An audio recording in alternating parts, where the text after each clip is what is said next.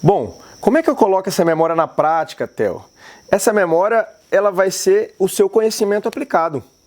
Essa memória vai, durante esse processo criativo, ela vai te falando assim, olha, faz assim, lembra que você já errou desse jeito? Não faz isso de novo, que você já fez e não deu certo. Ou faz isso que deu certo. Lembra daquela experiência que você teve? Lembra daquele prato que você comeu? Então, ela, naturalmente, as suas conexões cerebrais, ela vai sendo colocada, elas vão se fundindo e aquilo vai aparecendo para você como um conhecimento. Então é isso, é eu alimentando o meu conhecimento a respeito de gastronomia, e aí quando eu vou colocar aquilo para a prática, aquilo vai aparecendo intuitivamente para mim. Tá? Então assim, é o que por exemplo, esses cozinheiros, esses chefs fazem durante essas provas de programas de gastronomia que vocês veem, que o pessoal te dá um tema, uma temática, ou te dá uma série de ingredientes e você tem que criar algo com aquilo ali. Se eu não tivesse esse ferramental muito bem nutrido, se eu não tivesse as técnicas muito claras na minha cabeça, de que eu já testei, já pratiquei, já li, se eu não tivesse essa memória gastronômica muito bem alimentada, eu tenho muito mais dificuldade de pensar em ideias, de criar coisas de uma maneira mais instantânea. Então, quando eu tenho essa memória bem nutrida, bem alimentada, a criação vai acontecendo naturalmente. E eu vou conseguindo identificar os acertos e os erros na prática, porque eu já vivenciei aquilo. Então, a memória gastronômica te dá um balizamento, onde eu quero chegar. Então, quando eu vou criar um molho, por exemplo, se eu nunca comi aquele molho, antes de eu criar, eu já tento imaginar como é que eu quero que aquele produto fique. Eu quero um produto agridoce, eu quero um produto apimentado, mas eu quero um herbal, eu quero o alho aparecendo, eu sei que se eu colocar a goma xantana, ele vai evitar de separar, né? Eu sei que se eu colocar o amido vai me dar mais brilho. Durante esse processo criativo, essas ideias vão aparecendo, esse conhecimento vai vindo à tona para você. E pode ter certeza que o que você viu lá atrás, há muito tempo atrás, se for necessário acessar, você vai acessar isso. Só que se você não teve o acesso a esse conhecimento, você não vai conseguir fazer essas conexões. Então, quanto mais eu alimentar, mais eu praticar, mais eu testar receitas novas, mais eu testar técnicas que eu nunca fiz, mais eu estudar, fazer curso, mais eu ler, quanto mais eu me nutrir dessas ferramentas, mais essas ferramentas vão aparecer na hora que eu preciso delas. Então, por exemplo, esses dias tem no curso, aqui lá no final tem um vídeo onde eu desenvolvo uns testes para uns produtos para um cliente de uma indústria que queria uma geleia de maracujá.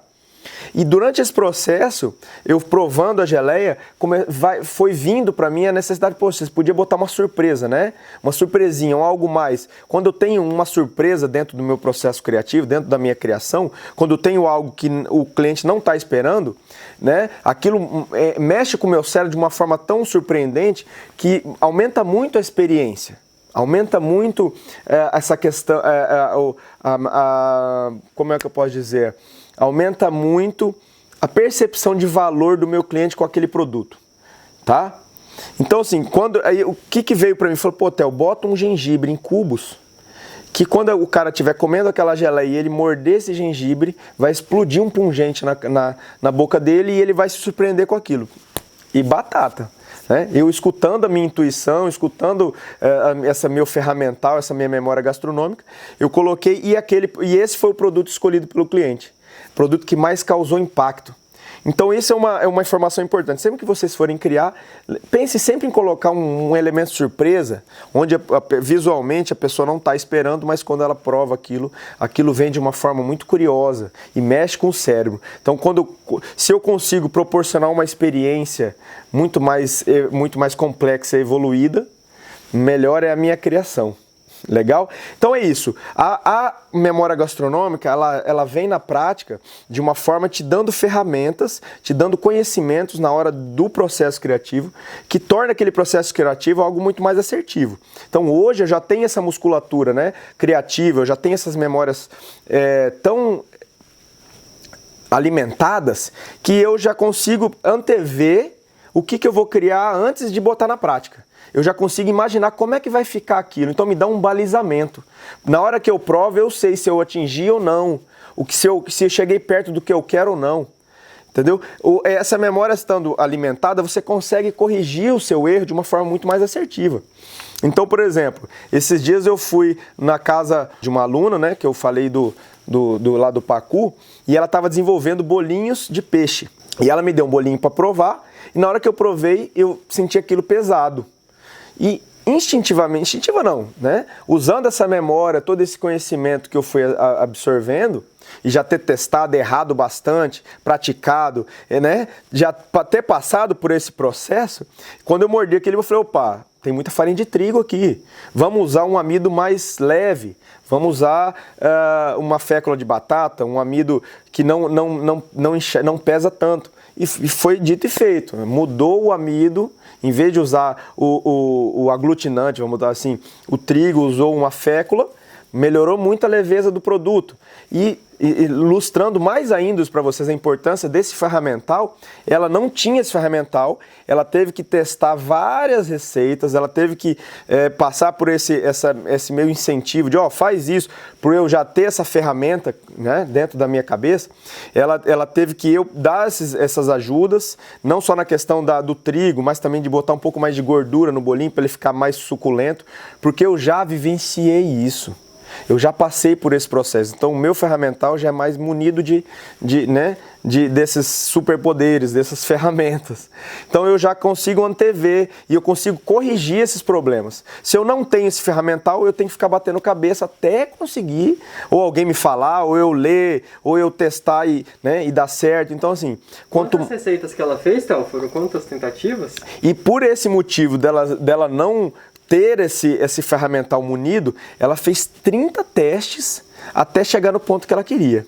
Agora eu tenho certeza que no próximo processo criativo ela vai testar muito menos, que é o que aconteceu comigo.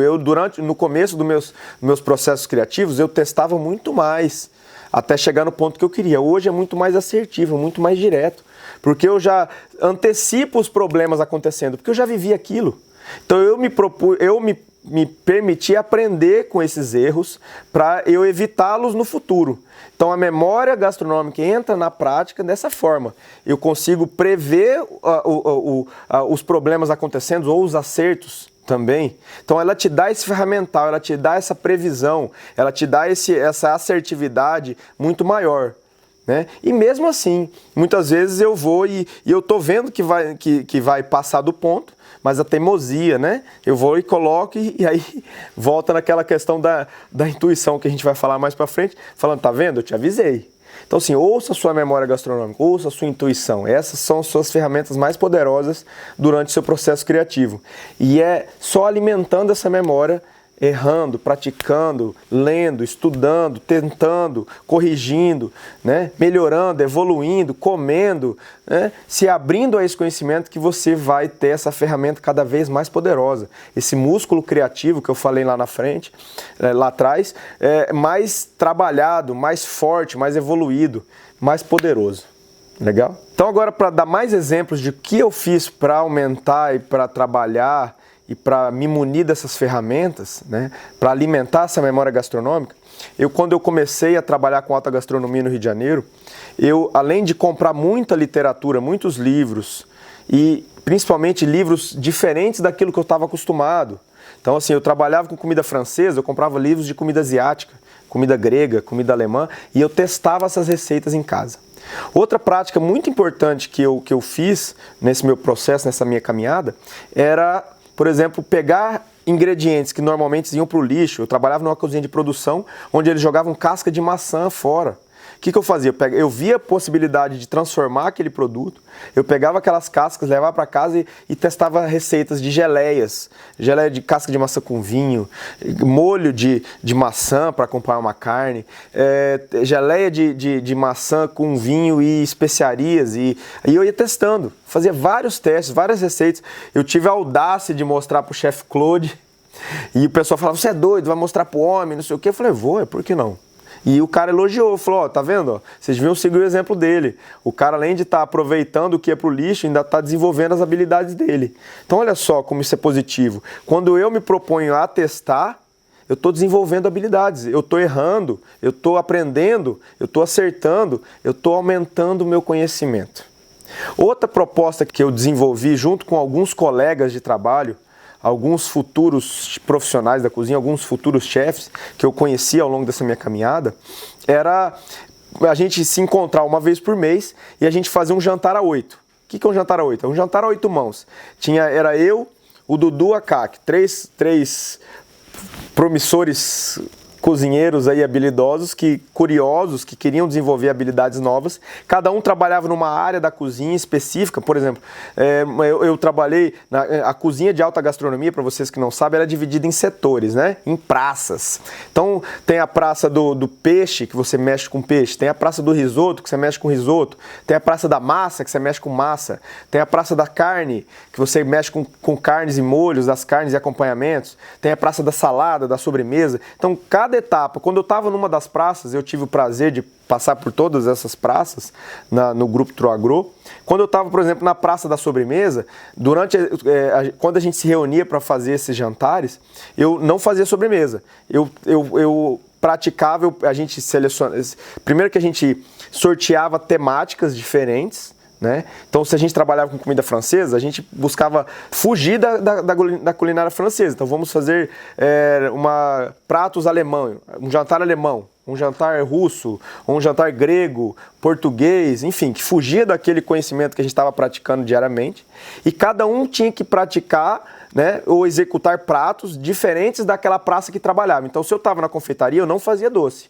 Eu fazia a entrada, ou fazia um prato principal, uma carne, uma massa, um risoto, enfim, né? Eu fugia daquilo que eu estava fazendo para conseguir desenvolver habilidades e praticar habilidades fora daquelas que eu já estava praticando. Vocês estão entendendo como é importante eu me propor a fugir daquilo que eu já estou fazendo e fazer coisas novas? Porque eu vou estar sempre conhecendo, aprendendo e evoluindo essa minha memória, esse meu ferramental gastronômico. Então isso eram coisas que eu fazia.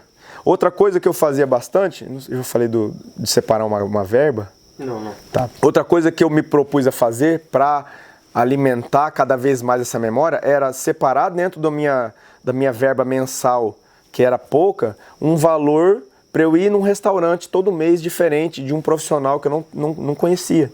Então eu separava um dinheirinho e todo mês eu ia comer num lugar diferente. Para quê?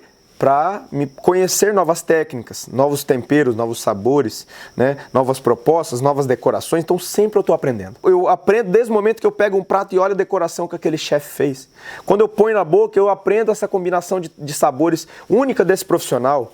Quando eu imagino como é que ele fez, quando eu entro na cozinha, como eu começo a conversar com eles, com o profissional que está ali, eu estou aprendendo a todo momento. Então você se propor a sair da sua zona de conforto e estar alimentando isso, né, e de uma forma positiva, é você aprendendo cada vez mais e depois quando você vai ir para a prática, esse ferramental vai sendo muito importante durante esse seu processo criativo. Você vai tendo mais ideias, você vai tendo mais conhecimento, mais técnica para ser colocado em prática. Legal? Só para ilustrar isso para vocês ainda mais profundo, no próximo módulo, que é o módulo do meu método criativo que eu desenvolvi usando todo esse ferramental, toda essa memória, eu desenvolvi uma metodologia criativa, que é o próximo módulo. No final do módulo tem um vídeo onde eu vou mostrar o passo a passo desse processo criativo para vocês, de um dos molhos mais famosos que eu desenvolvi na minha indústria. Legal? Então dá uma conferida lá que vocês vão ver isso na prática.